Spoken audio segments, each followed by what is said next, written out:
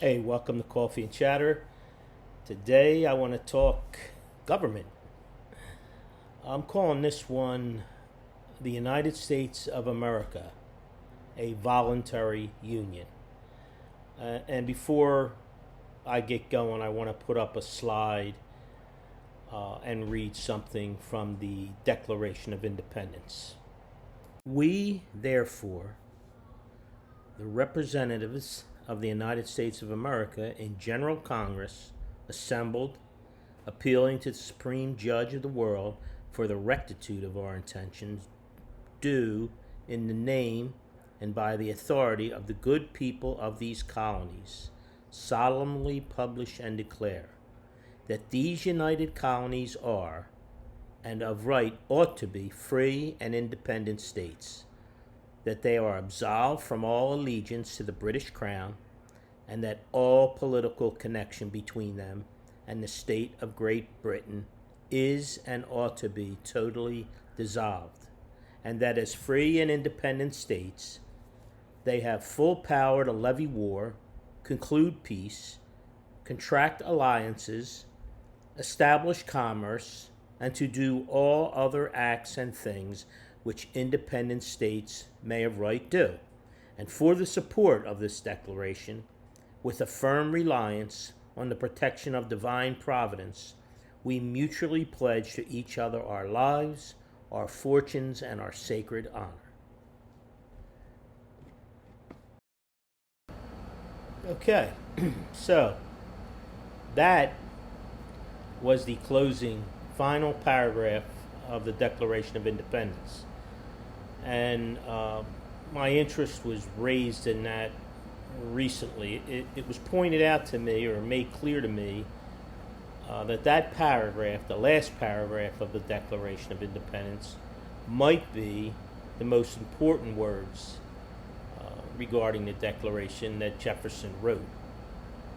Why is that, you ask? Okay, in this paragraph, Jefferson lays out his idea of what the founders were seeking in an independent nation, or actually an independent nation formed into a voluntary confederation by independent states. All right?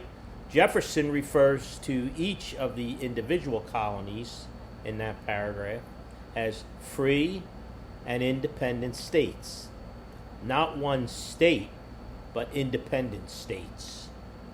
He further intones that each of these independent states were meant to retain full individual power to levy war, conclude peace, contract alliances, establish commerce, and to do all other acts and things which independent states may of right do. The fact is that some of the states actually wrote their own declarations. So again, the idea, the federal government didn't spawn the states and the people. The states spawned the federal government, and it was a voluntary union. And that's what Jefferson's making a point, that the individual states retain the power to levy war on their own, make peace, make alliances, establish commerce. Everything that we've kind of given over to the federal government was actually meant to be the right of the states.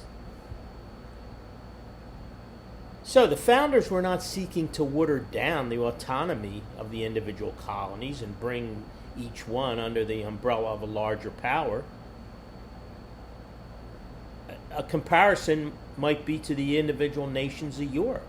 I mean, as we see now, they have formed the European Union, but they're individual states or countries. The founders, in the establishment of our new nation, to be known as the United States of America, were not mimicking models of old. They were pursuing a brand new idea of a confederation of individually free and independent states, joined together voluntarily. In fact, the founders did not establish this new nation on the Constitution and under federalism. They established it on the Articles of Confederation as a voluntary confederation of independent states. When the representatives of the individual states, independent states, gathered in Philadelphia in 1787, they gathered with the charge to amend the Articles of Confederation to make the Articles more workable. Certain individuals, Federalists at heart, pushed to scrap the Articles and produced a brand new Constitution, which was fought over, leaning away from Confederation and towards federalism. That's what spawned the Federalist Papers and the Anti-Federalist Papers, disagreements over how it should be done. Ultimately, in the end, the Federalists won, but the limits placed on the federal government were many, and the powers were few. We're not a federal government like was established in the Constitution. We're some other monster.